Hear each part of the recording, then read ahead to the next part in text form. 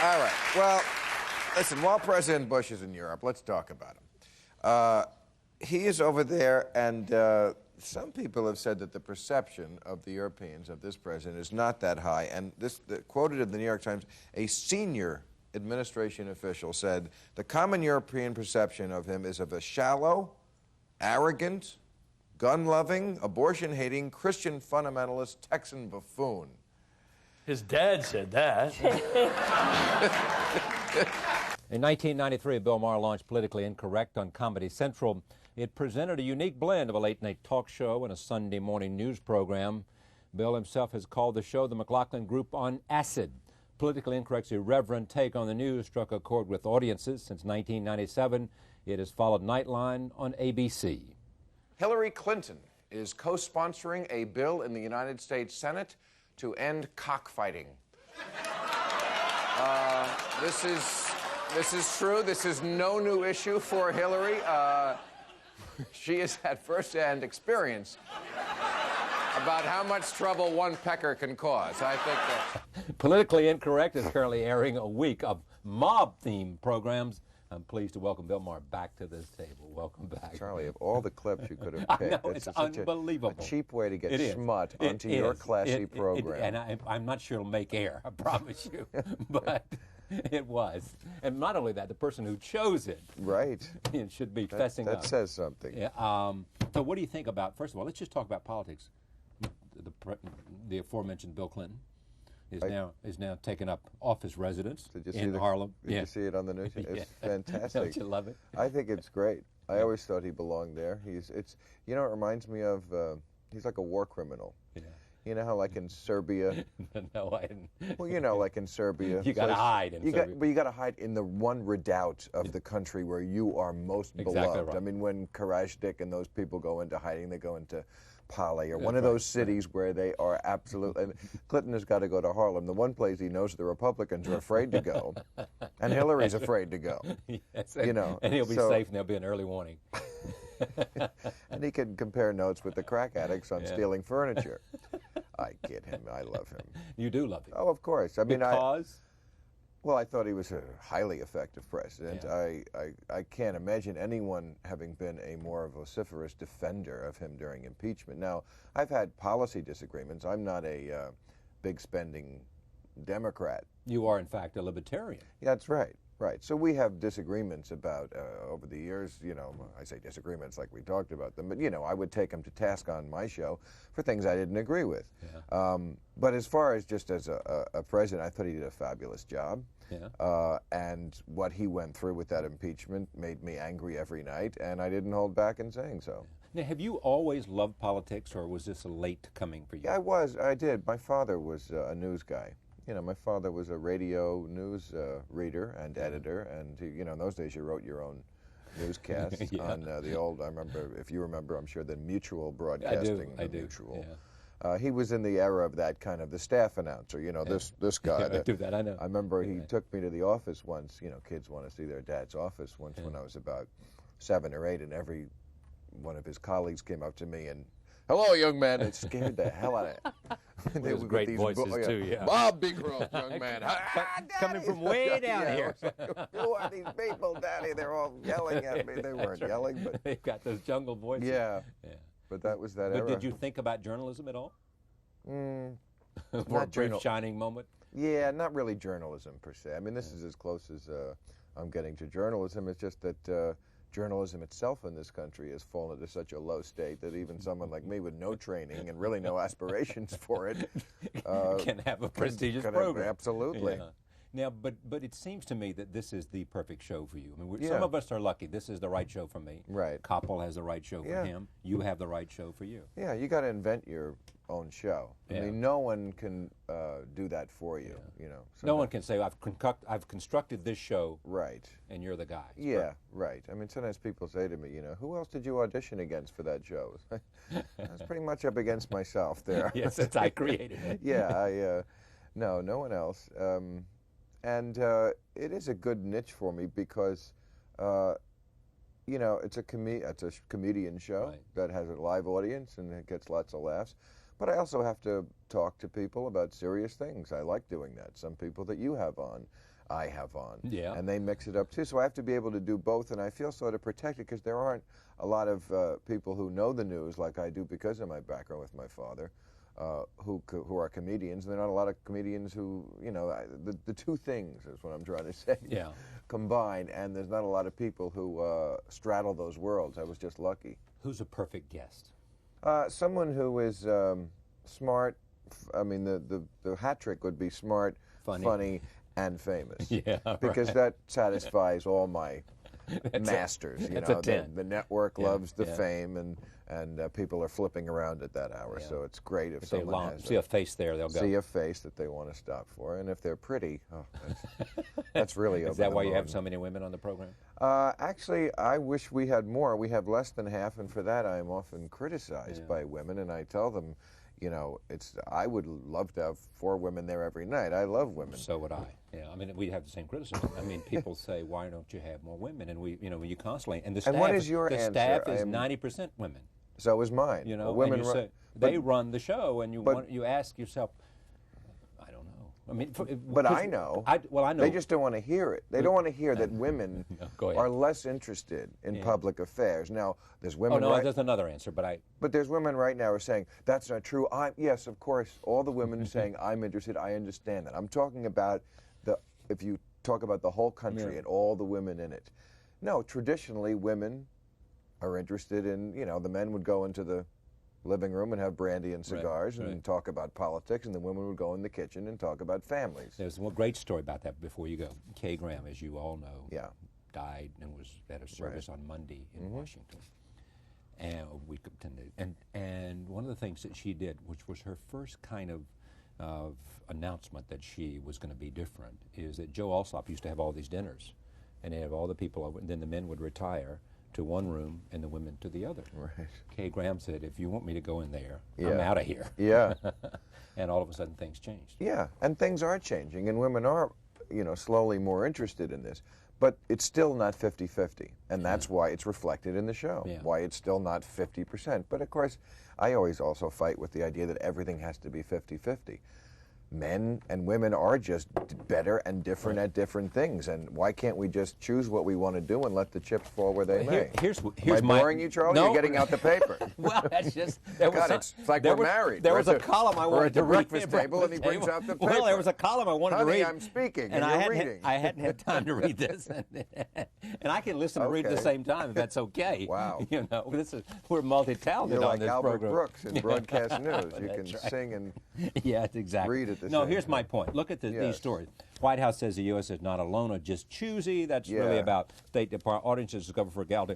A lot of the stories, Valone, you know, involve men. I mean, Clinton in Harlem, you know, school benefit. We ought to do better, you know, but a lot of the things, I'm doing programs about stem cell research, and so you, for example, and I'm sure you are too. Right. You are, I'm sure, the political dimension of that. Yeah, we've done a few of those. And so you look at, you say, well, who are the best people to talk about this? And you don't just say, good, find me the best man to talk about this.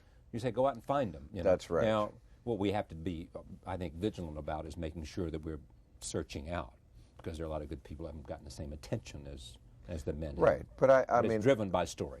I have always defined political correctness as the elevation of sensitivity over truth. And I think that's really what it comes down to a lot of the time. And for example, the truth is women very often complain about, you know, why don't we have a woman president? Why are there only 13 women senators out of 100? And I always say, well, you know, when women get the vote, that's going to change.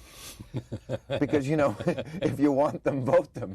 You are more than half the population. Exactly right. So I don't know, why don't we have a woman president? Because you don't vote for one. I mean, that's the dirty secret of politics, is that women don't vote for women in the numbers that they would like. Yeah, and there was a woman running for the presidency in the Republican Party.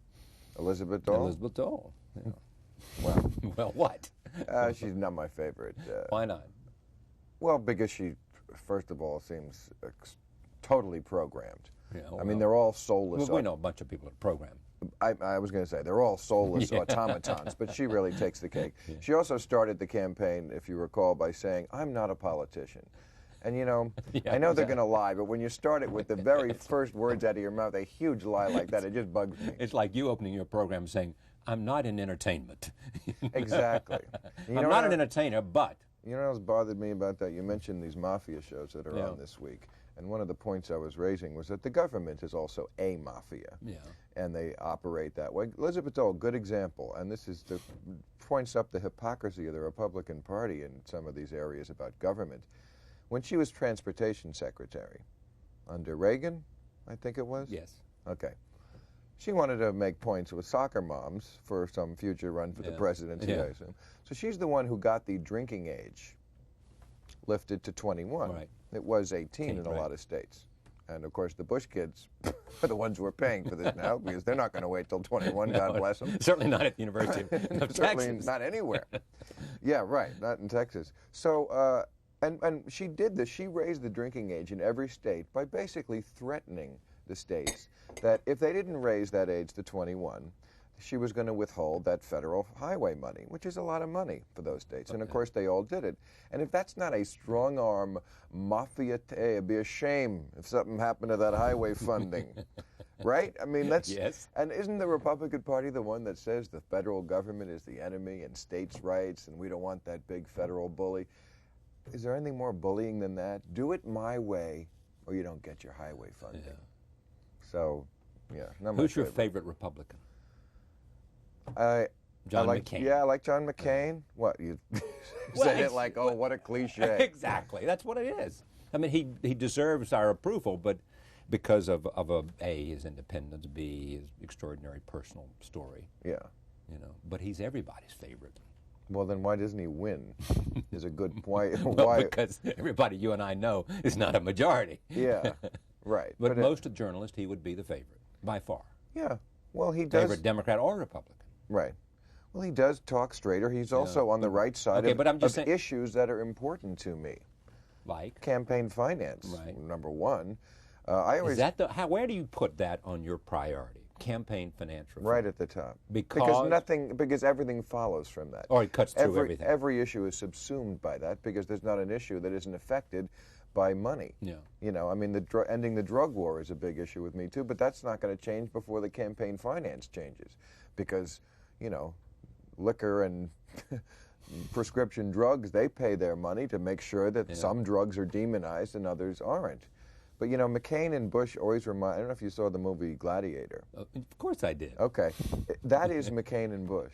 I mean, Which one? well, I mean, McCain Russell Crowe is McCain. the war hero, Yeah. you know, And strong, Bush brave, is the little wimpy emperor's son? Oh, come on. He's George- the emperor's son who got the job, and it really should have been the war hero. Hello, he's been in the toughest. I'm not an apologist for George Bush, but George Bush had a big name, but he won election in Texas, first of all. He was in public service Twice he won election. 6 years. Governor, twice. That is a He pretty beat thin... a very popular Democrat, Ann Richards, a very popular Democrat. So I'm basically saying if he's not some wimpy little kid who never did anything to prove his merit, he got out there, Well- and then he formed a relationship with Democrats to get some things done. This is not an apology for Bush, but it is to say he's a little bit better than the opposition to Russell Crowe in The Gladiator. No, I'm sorry, but that analogy works for me. No, it doesn't. really does. It is And you are an apologist for George Bush. That is the thinnest resume anyone has ever No, it's run not. for president on. Well, that may be true. And 6 years in public service? I mean, please. So what is this, a condemnation of your fellow Americans for the election? Well, I didn't vote for Gore either. So I no. know you voted for Nader. Yes, I did. Why? As a protest, as a party You builder. threw away your vote. Yeah, I did. Well, I didn't. It's your vote to throw I don't away. think I threw It's it your away. vote. I think what I did was cast a vote for the future instead of this election, which I thought was a losing cause anyway. I You did cast a nothing vote- for the future. You did nothing for the future of Perhaps independence. you're right, but I thought it was important, given the choices I had, to cast a vote for the idea of building a third party. No, Ralph Nader, who I happen to like Ralph a lot, but he and I disagree. I do too. A lot on a lot of Yeah, stuff. right. But I thought the idea that we finally have more than just two choices. I mean, where else? Why? What's wrong? Why do we need three parties? If we need three, why don't we need 10? Because now we only have one, really. One big centrist party. Yes, I mean, So, you know, you're saying like George Wallace. There's not a dime's worth of difference between them. Well, I mean, there's a lot of people have said that, both on the left and right. But if it's true, it's Yes. true.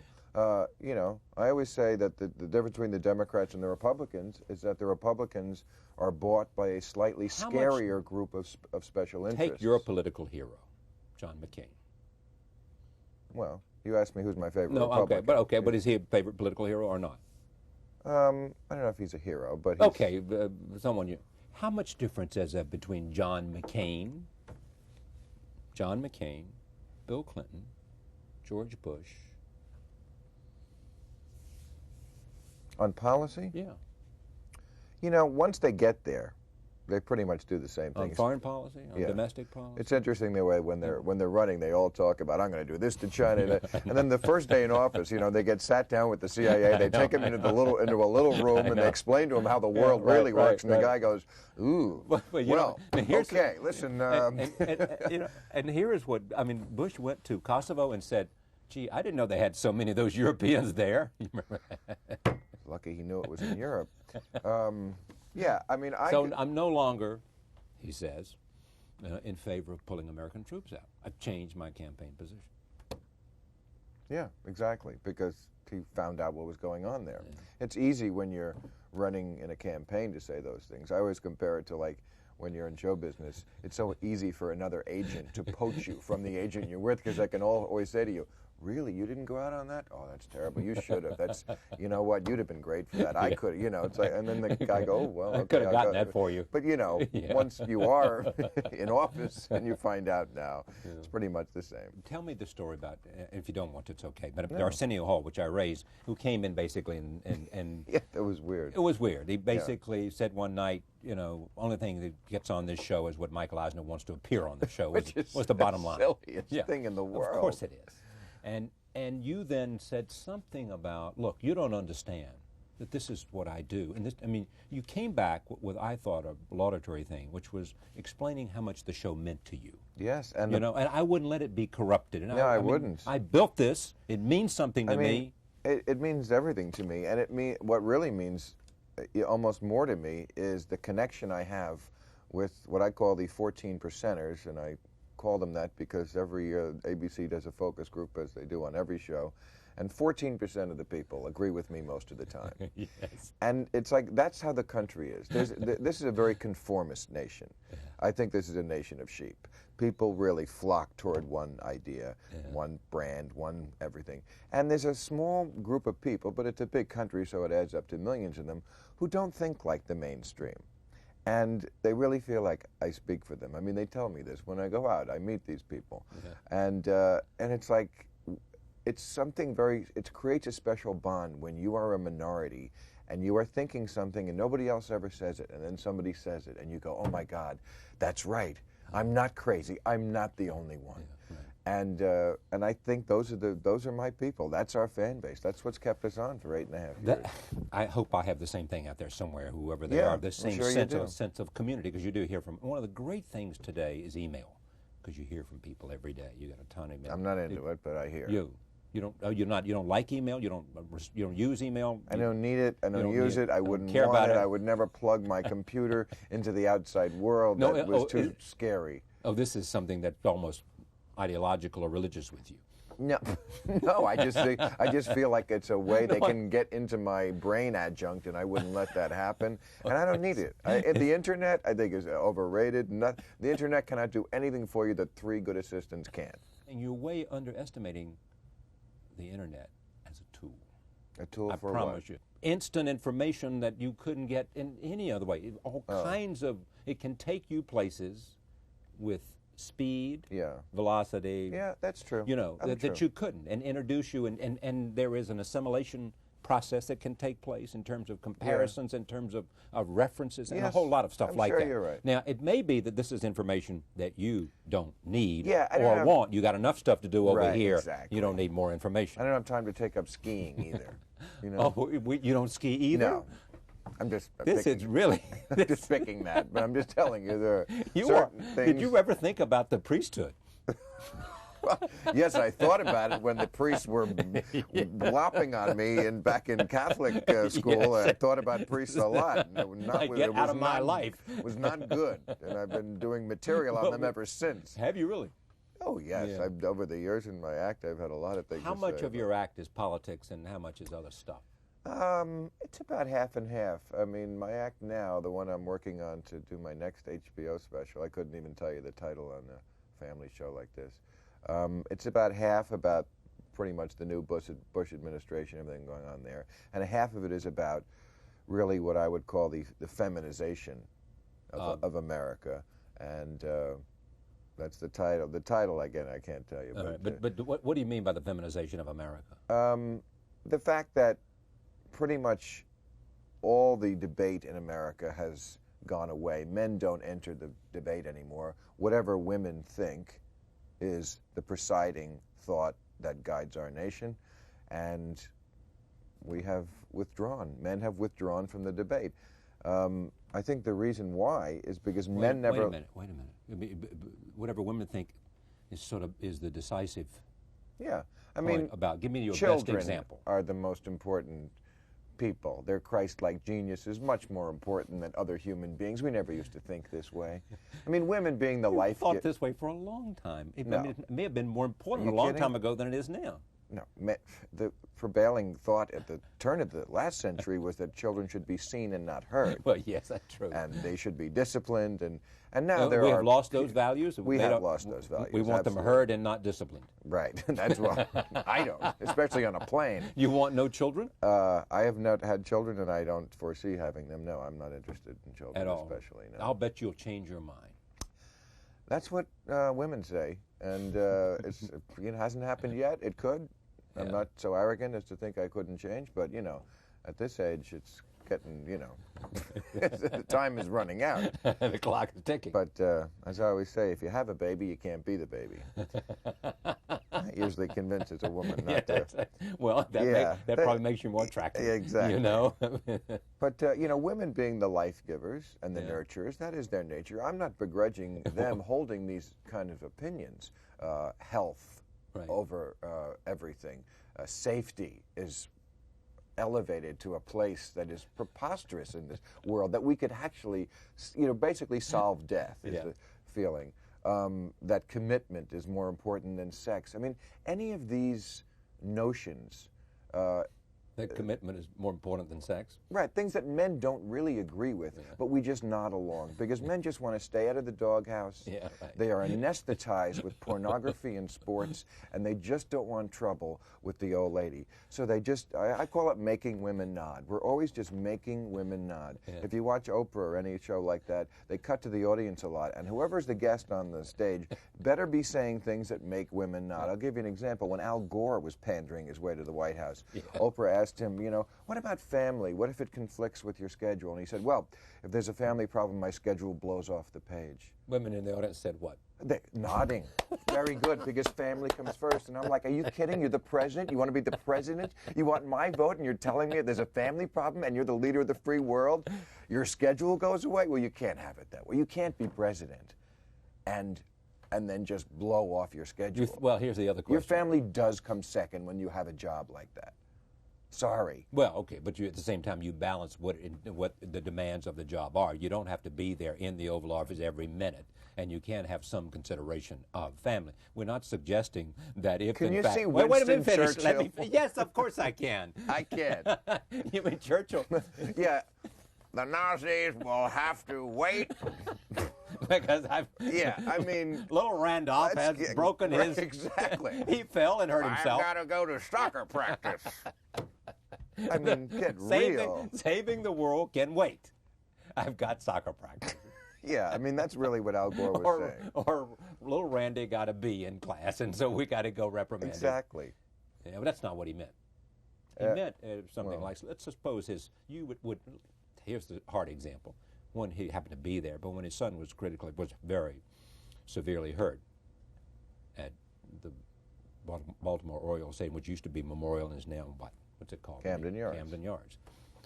You wouldn't have expected him, if he hadn't been there, if he'd been in the Oval Office working on Senate business or vice presidential business, not to immediately come to the bedside of his son, right? Not unless there was a war beginning at the same time. But yes, of course, the president can find time. Oh, well, that's my point. But that's not what he was saying. He was saying family comes first. No, he was saying. And That's also, what he was saying. you know, he was not above using that and his sister's tragedy for political gain, which is one. Oh, come on. Well, you don't remember the speech? Yes, of course I do. I mean, that is one reason I've always found it hard to warm up to Al Gore. All right, roll tape. Here is a scene from Politically Incorrect, a recent panel with Alec Baldwin, who discusses why the vice president is not sitting in the Oval Office today. Look at that.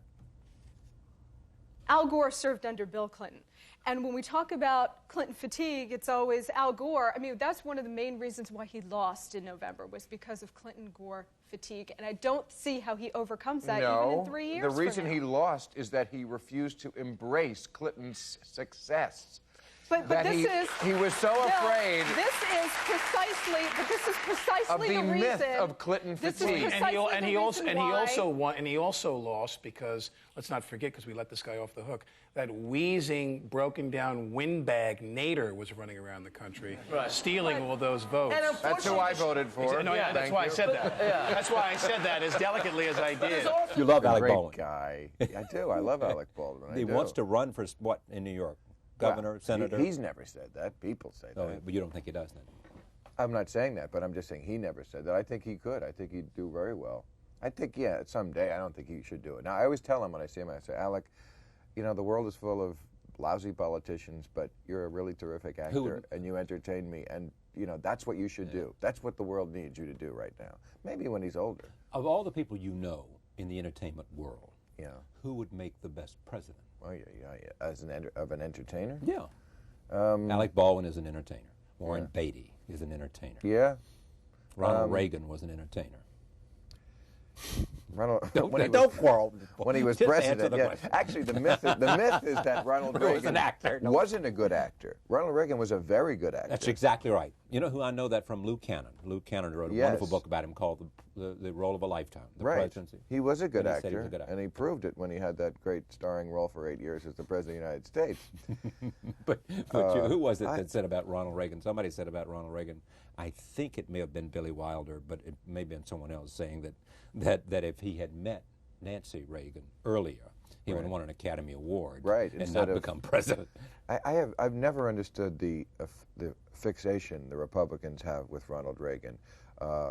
It's like they're crazy about this guy. I mean, truly insanely crazy. They want him on Mount Rushmore. You know, they want him on a coin. You know, that's because you don't like Reagan's presidency. Wait a second. That's but even why if you I don't, did, it is monumentally inappropriate to take someone who hasn't even passed away yet. You can't compare Ronald Reagan to George Washington? No, exactly. I mean, these guys sort of stood the test of time. It's like everything Reagan does is remarkable to these people. Hello. He's like an 8-year-old child. No, Look what he did. I'm sounding like a Republican, which is not what I want. I'm just trying to provoke you.